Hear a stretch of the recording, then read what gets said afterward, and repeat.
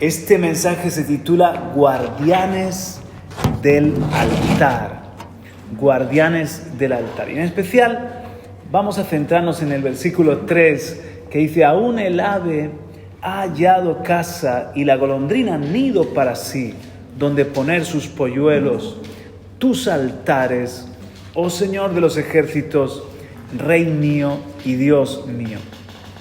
En este salmo subyace en el salmista una pasión por la presencia de Dios, y además una pasión que es contagiosa. Cuando dice eso de mejor es un día en tus atrios que 1000 fuera de ellos. Prefiero habitar en el umbral de la casa de mi Dios que en tiendas de impiedad. Y una forma de leerlo es que en palacios, ¿no? Prefiero estar en la puerta como un perrillo que está esperando en la puerta que en palacios, pero donde no está tu presencia. Así que el salmista, él dice que desearía ser un ave y habitar, ¿dónde? En los altares de Dios. En el tabernáculo habían en concreto 2 altares. Uno era el altar de bronce, donde llegaban los adoradores con las ofrendas, y luego estaba adentro, ya en el lugar santísimo, estaba el altar de oro, donde se ofrecía el incienso. Por eso habla en plural: tus altares, oh Señor de los ejércitos. Los hijos de Coré, que a ellos se atribuye este salmo, amaban los altares de Dios, y de igual forma nosotros, para ser adoradores del tiempo presente, debemos amar los altares. Y esta palabra, no sé si os parece una palabra que es cercana, extraña, que os remite a santos, altares de la Iglesia Católica o de cualquier otra religión, o entendéis ese concepto. Cuando yo pienso en altares, claro, antes de convertirme, a entregarme a Cristo, al Evangelio, como lo conocemos hoy, en mi trasfondo, soy un convertido, pero de cultura católica, de crianza católica, ¿no? Entonces, cuando pensaba en altares, pensaba en el vino del cura, porque fui monaguillo, ¿sabes? Y ese vino estaba tan bueno.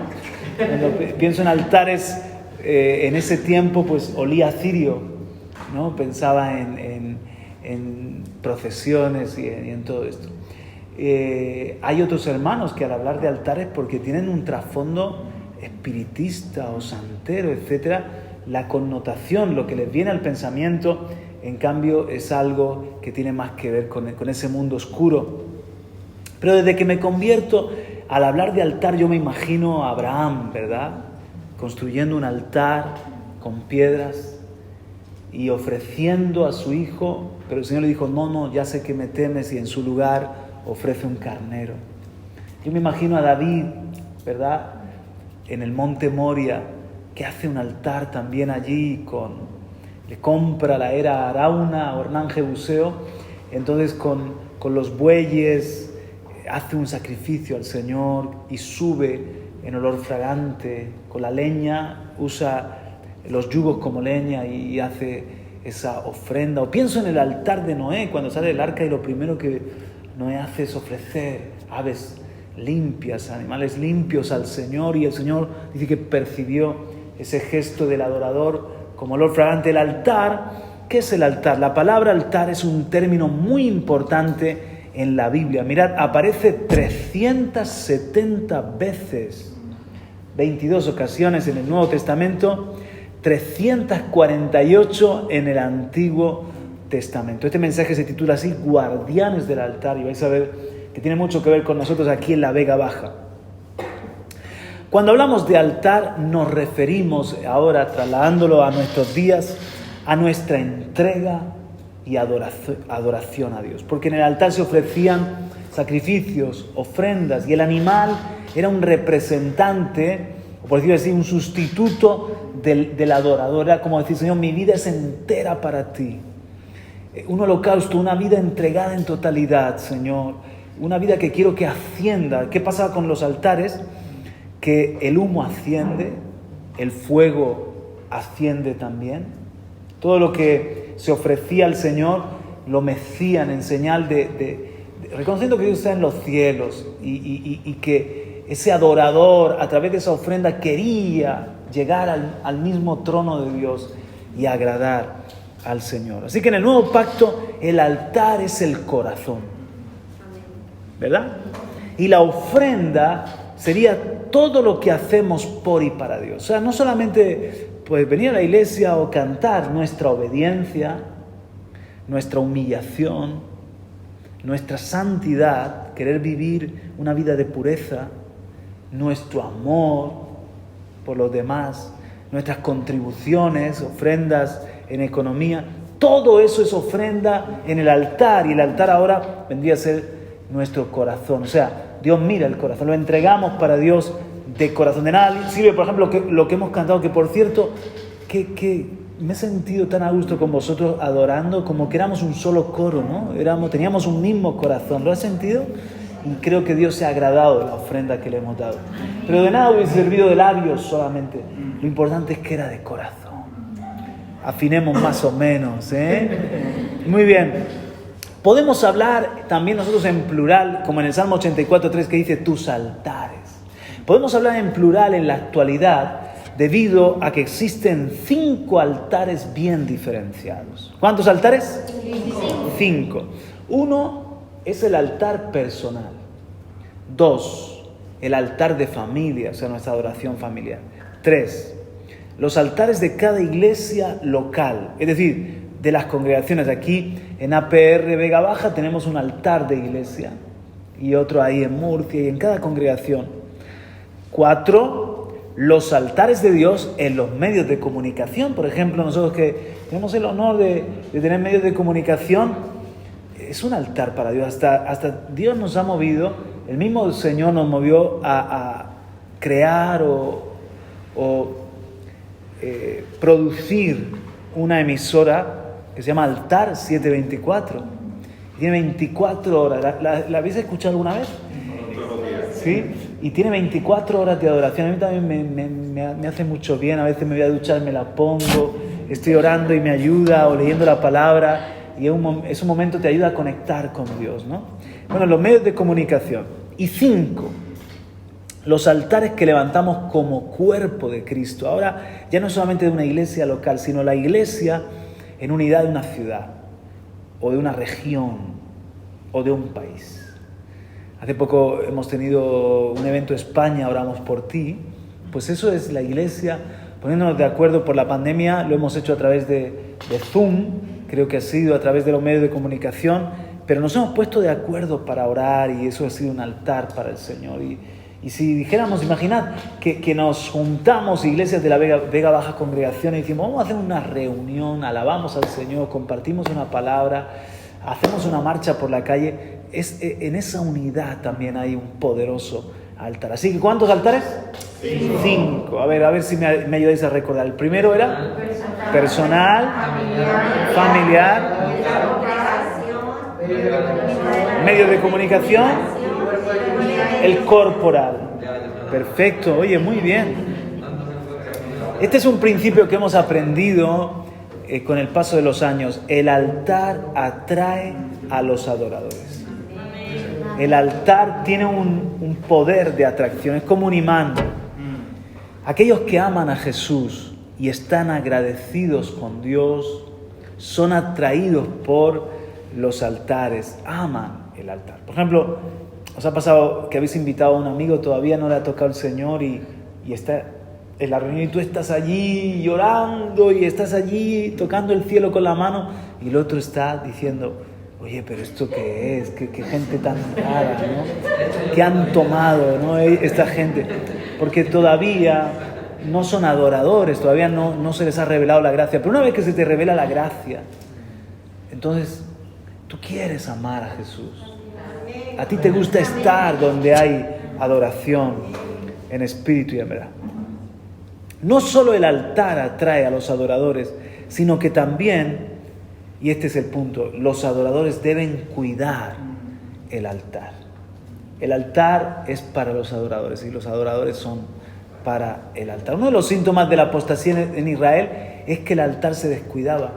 ¿Os acordáis en días de Elías cuando el Señor lo viene a llamar? ¿Qué haces aquí, Elías? Él estaba escondido en una cueva Y el Señor le dice, Elías, ¿qué haces? ¿Qué te pasa? Y Elías dice, he sentido un vivo celo por el Señor. Dice, porque han derribado tus altares, han dado muerte a tus profetas, han abandonado tu pacto. O sea, uno de los síntomas de que Israel se distanciaba de Dios es que dejaban el altar. Por eso, cuando había reforma o restauración, lo primerito que se hacía era levantar, reconstruir el altar. ¿Qué pasó en días de Esdras, Nehemías y los restauradores? Cuando fueron a Jerusalén y estaba devastada, lo primero que se restauró, ¿qué fue? El altar. Y una vez que restauraron el altar, ya siguieron con las casas, el templo, la muralla y el resto de la ciudad. Pero lo primero, ellos sabían que sin altar no había bendición ni sentido para haber vuelto. Cuando Elías quiso hacer que el pueblo volviera a Dios, reparó el altar. Allí en el Carmelo tomó 12 piedras que representaban cada una de las tribus de Israel y reparó el altar. Entonces, nosotros, si de verdad amamos, queremos agradar a Jesús, cuidaremos el altar. Cuidaremos el altar personal, cuidaremos el altar de la familia. O sea, una pregunta en esta noche sería, ¿cómo está el altar? Dime cómo está el altar y te diré cómo está tu vida. ¿Cómo está el altar congregacional? Es importante que siempre haya entre nosotros un espíritu de servir, de honrar la palabra, de ser fieles a Dios con nuestras ofrendas, de no dejar de reunirnos. Todo eso indica que nos hemos convertido en una comunidad de adoradores y que el altar está bien. Y si eso falta, pues a reconstruir el altar. Seguro que el Espíritu de Dios nos hará un llamado a cambiar la ceniza, a renovar la leña, a poner las piedras que falten. ¿Verdad que sí? Todo cristiano verdadero tendrá una vida de altar. Dígalo conmigo. Todo cristiano verdadero tendrá una vida de altar. Juan Carlos, una vida de altar, pues una vida de entrega y de adoración a Dios. El salmista David lo expresó en el Salmo 26, verso 6 así: andaré en torno a tu altar. O sea, no se quería alejar del altar de Dios. El Señor, este es otro principio que hemos aprendido, el Señor como águila o como paloma es un ave que pone su nido en los altares de la tierra. Al Espíritu Santo le gusta moverse y hacer nacer a nuevos hijos, a nuevos polluelos sobre los altares. Entonces una vez nosotros le preguntamos al Señor, Señor, tan fuerte que es el mundo, tan hostil para nuestros jóvenes, ¿cómo podemos cuidar a nuestras generaciones? El Señor nos dijo, cuidad del altar. Porque cuando hay altar, hay presencia de Dios. Y cuando hay presencia de Dios, en cualquier momento el Espíritu Santo hace nacer un nuevo polluelo. O sea, el Espíritu Santo hace una obra en un corazón de un niño, de un joven. Y se enamoran de Dios, en la presencia de Dios pasan esas cosas. Pero para que haya un mover del Espíritu Santo, ¿dónde pone el nido? Aún el ave ha hallado nido y la golondrina un lugar para poner sus polluelos. Tus altares, oh Señor de los ejércitos. Por eso, en lugares donde ya no hay piedad, no hay adoración, no hay una búsqueda sincera de Dios, aunque haya un lugar precioso, quiero decir, bien acondicionado, una alabanza del mejor nivel, tú notas que hay ausencia de mover de Dios. Eso es muy preocupante.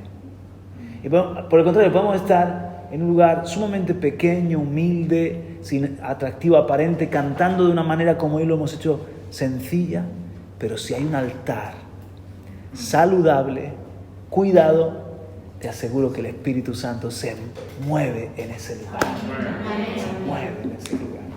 ¡Qué hermoso! ¡Amén! Muy bien. Es ilógico que, por ejemplo, una madre ponga a su bebé en una cuna sucia, en un lugar arrugado, ¿verdad? En un lugar con restos de comida.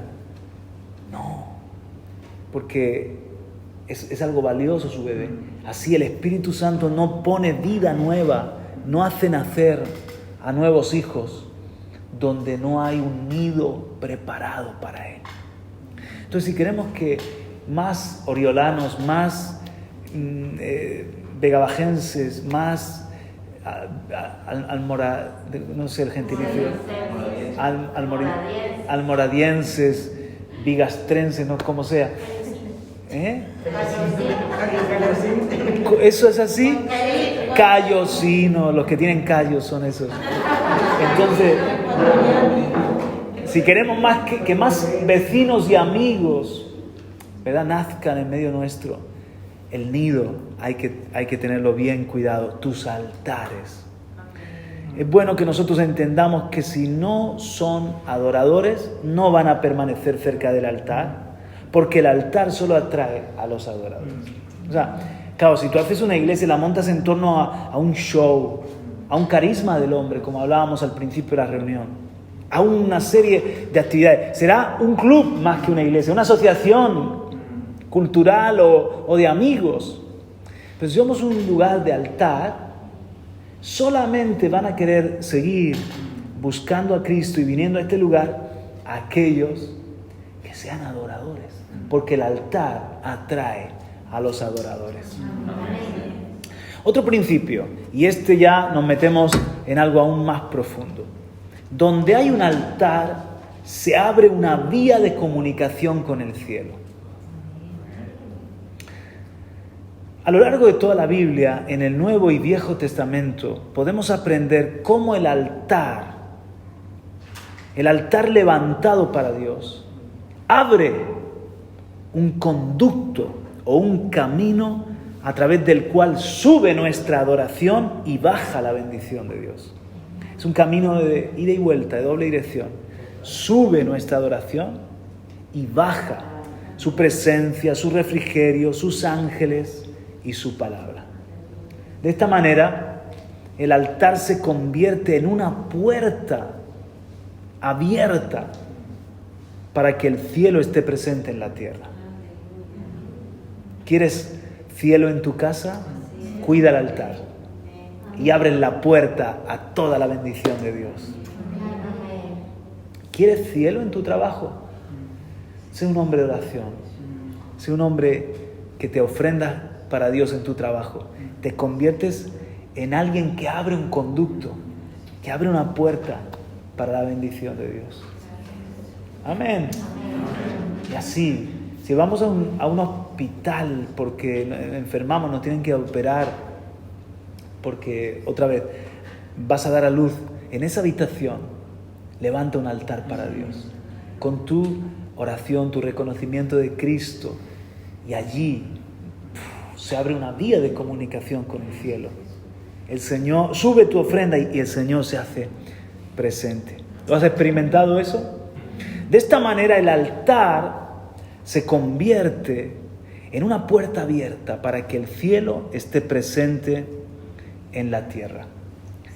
En los momentos de altar se abren paréntesis de eternidad, es decir, anticipos de la eternidad.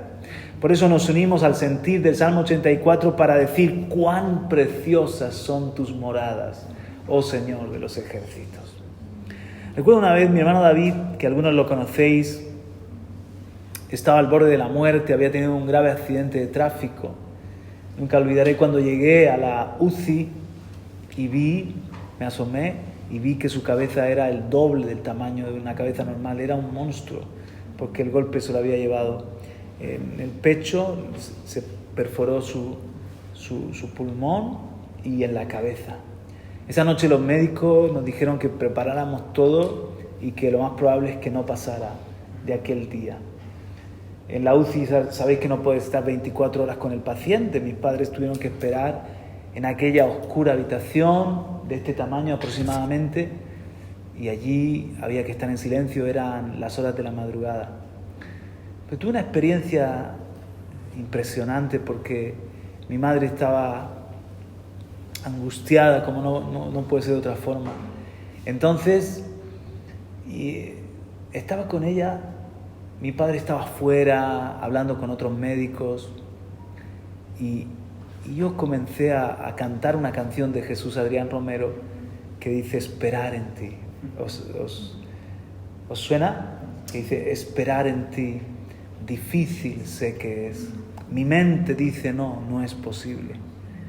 Pero en mi corazón, confiado estoy en ti. Tú siempre has sido fiel, me has sostenido. Y esperaré en la tormenta. Aunque la duda me atormenta,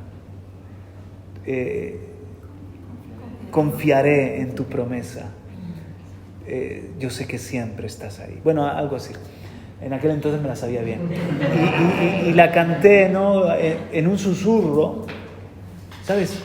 Se oían los sollozos de alguna madre, de algún padre, de algún pariente. Era un lugar aquel de muerte, parecía la antesala del lugar del funeral, de la funeraria. Pero la presencia de Dios llegó a esa UCI. Se hizo un silencio. Y mi madre y yo supimos que la gente estaba escuchando la canción. Entonces, el Señor me dio la historia de Pedro. De cuando Pedro estaba sin escapatoria. ¿Os acordáis, verdad? No había escapatoria. Al día siguiente lo iban a decapitar, como habían decapitado a Jacobo. Y entonces un ángel vino, la iglesia oraba, y un ángel vino y lo salvó milagrosamente. Entonces yo le conté la historia a mi madre, pero lo hacía con un volumen ya, porque sabía que todos estaban escuchando. El cielo se hizo presente. No solamente la paz nos inundó a nosotros, sino que por añadidura a muchos otros. Recuperamos la esperanza y así como Pedro, mi hermano vivió. El diagnóstico a la mañana siguiente fue diferente. Había pasado lo peor de aquella dura prueba. El cielo se abrió camino porque hicimos un altar sencillo, improvisado, en ese lugar de la UCI, en esa sala de espera de la UCI. No importa dónde estemos, aún en los desiertos. Me ministra mucho cuando David dice, en un desierto escribe este salmo, y dice David, pero yo estoy como olivo verde en la casa de Dios. Y uno dice, pero ¿qué casa ni casa? Está perseguido por Saúl en el desierto, el hombre más buscado, lejos de sus seres queridos. Y él dice, yo soy un olivo verde en la casa de Dios, porque para David la presencia de Dios era real, porque era un hombre de altar. Este es el principio: donde hay un altar se abre una vía de comunicación con el cielo. Se hacen momentos de eternidad, paréntesis de eternidad. ¡Aleluya! Amén. Jacob se encontró con la escalera que unía cielo y tierra. Betel, casa de Dios y puerta del cielo. Yo quiero que mi vida sea un Betel. Amén. Amén. Y por qué no también esta congregación, que seamos una casa de Dios y puerta del cielo. Donde hay altar, hay casa de Dios y puerta del cielo.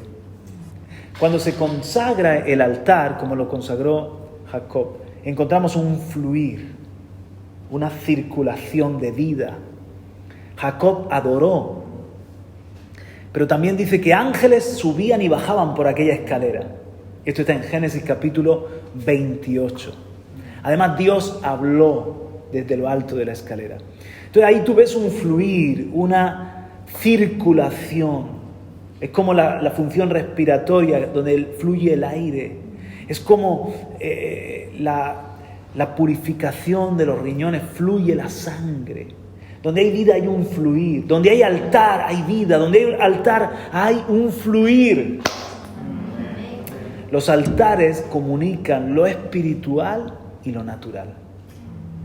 Lo visible es visitado por lo invisible. Di después de mí, lo visible es visitado por lo invisible. estos principios los puedes ver desde Génesis hasta Apocalipsis, los puedes ver en la historia también de los verdaderos siervos y siervas de Dios.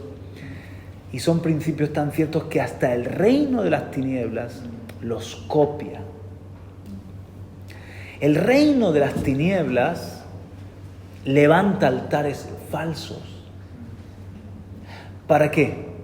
Para comunicar lo espiritual y lo natural. Lo visible con lo invisible.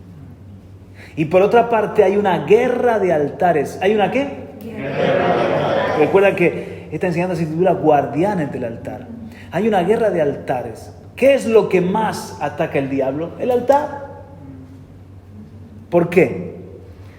Porque si logra cerrar las vías de comunicación con el cielo, cierra las puertas de bendición en la tierra. Y os he comparado con la circulación. Es como que nos asfixiamos.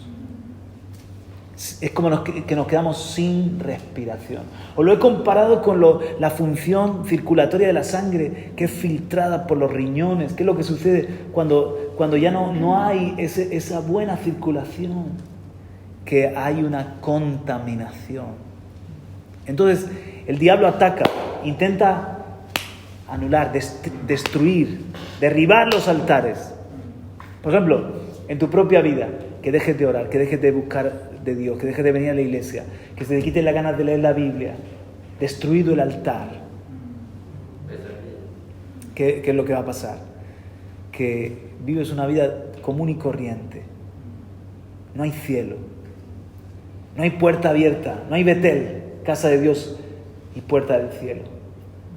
¿Qué es lo que va a pasar? No tienes poder, no tienes autoridad. En una familia que va a intentar derribar el diablo, el altar. Que ya no se ore, que ya no se honre la palabra, que como familia no busquemos de Dios. Y entonces estamos como desautorizados. Somos uno más. Pero lo que hemos dicho de una circulación, una bendición, algo que sube hacia Dios, algo que baja de Dios hacia nosotros, se cierran los cielos. Igual como iglesia. ¿Por qué el diablo ataca la iglesia? Porque somos una puerta del reino. Pero Jesucristo dijo, yo edificaré mi iglesia y las puertas del Hades no prevalecerán contra ella. Es un texto que ahora lo puedes entender mejor. Es una ecuación. El altar es puerta. Si Dios tiene en la Vega Baja un altar, tiene una puerta. Si en varios pueblos tiene altares, tiene puertas. Pero por otra parte, el diablo va a levantar sus falsos altares, que se van a convertir en puertas. De ahí la guerra de altares, de ahí la guerra de puertas. Y Jesucristo, yo edificaré mi iglesia. Y lo que está diciendo es que las puertas de Él van a prevalecer. Los altares de Dios son más poderosos porque la luz vence las tinieblas. Las puertas del Hades no prevalecerán contra ella. ¡Aleluya! Satanás, nuestro enemigo, es un imitador. Él sabe que la única forma de irrumpir en el mundo natural desde el mundo espiritual es a través de las puertas de los altares. Entonces abre altares idólatras o de pecado. Si estudiamos la cartografía espiritual, nos daremos cuenta de que hay una guerra de altares. Es decir, el reino de las tinieblas se organiza con principados, potestades, gobernadores, huestes espirituales de maldad, operando en regiones celestes. Efesios 6:12. Regiones, es decir, así como en lo natural hay una estructura regional para que los gobiernos se puedan descentralizar y se gestionen bien los ayuntamientos, las comarcas y las regiones. El reino de tinieblas tiene una jerarquía y actúa en regiones en la tierra. En cada zona, aplícalo a la Vega Baja, en cada zona donde están operando poderes de maldad, hay altares inmundos o de oscuridad que se levantan para afectar el área geográfica. O sea, el diablo sabe que si levanta altares falsos de pecado, se está abriendo una puerta para influenciar, para irrumpir en lo natural desde lo espiritual. Entonces, altares de idolatría, antros de perdición. No sé lo que antes fue este lugar, ¿era una discoteca? ¿Qué era? Sí, ¡Qué bendición! Se cerró esa puerta, pero se abrió una puerta, un altar de Dios, ¿no? Amén. Altares de ideología, donde sacrifican niños con el aborto. ¿Qué altar ese? Esa ideología de muerte es un altar en el que están muriendo miles de niños. Altares que se hacen directamente a Satanás, o de brujería, o de espiritismo. Al mismo tiempo, en cada región, en la Vega Baja, Dios quiere levantar en cada lugar de la tierra, en cada región, altares de su reino que se convierten en una puerta, en una vía de comunicación con el cielo para bendecir y para contrarrestar la maldad. Objeto de estudio podría ser determinados actos del reino de las tinieblas que son como una demanda de sangre en esos altares, o para traer la maldad a una zona o para mantener activo uno de esos altares. Entonces, en ese lugar se genera una fortaleza espiritual negativa. Nosotros que hemos vivido en Bolivia, allí se hacían sacrificios a la Pachamama y a otros demonios, y los lugares donde tenían lugar esos ritos, allí había una opresión.